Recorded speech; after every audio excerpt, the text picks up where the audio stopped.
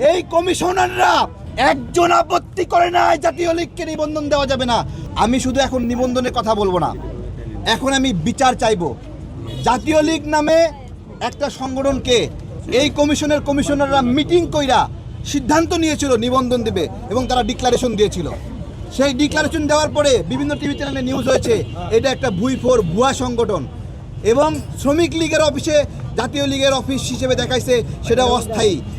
এরপরেও সেই সংগঠনকে এই কমিশনাররা একজন বাধা দেয় নাই, একজন আপত্তি করে নাই জাতীয় লীগকে নিবন্ধন দেওয়া যাবে না। সবাই মিলে সমন্বিতভাবে সিদ্ধান্ত নিয়েছে তাকে নিবন্ধন তাদের দিতে হবে। কিসের বিনিময়ে সবাই মিলে রাজি হইলেন? সচিবরা কোন সচিব জাতীয় লীগকে নিবন্ধনের জন্য প্রস্তাব করেছিলেন? সে ভুল করে নাই, সে অন্যায় করেছিল। সেই অন্যায়ের বিচার আমরা চাই, ওই সচিবের বহিষ্কার চাই।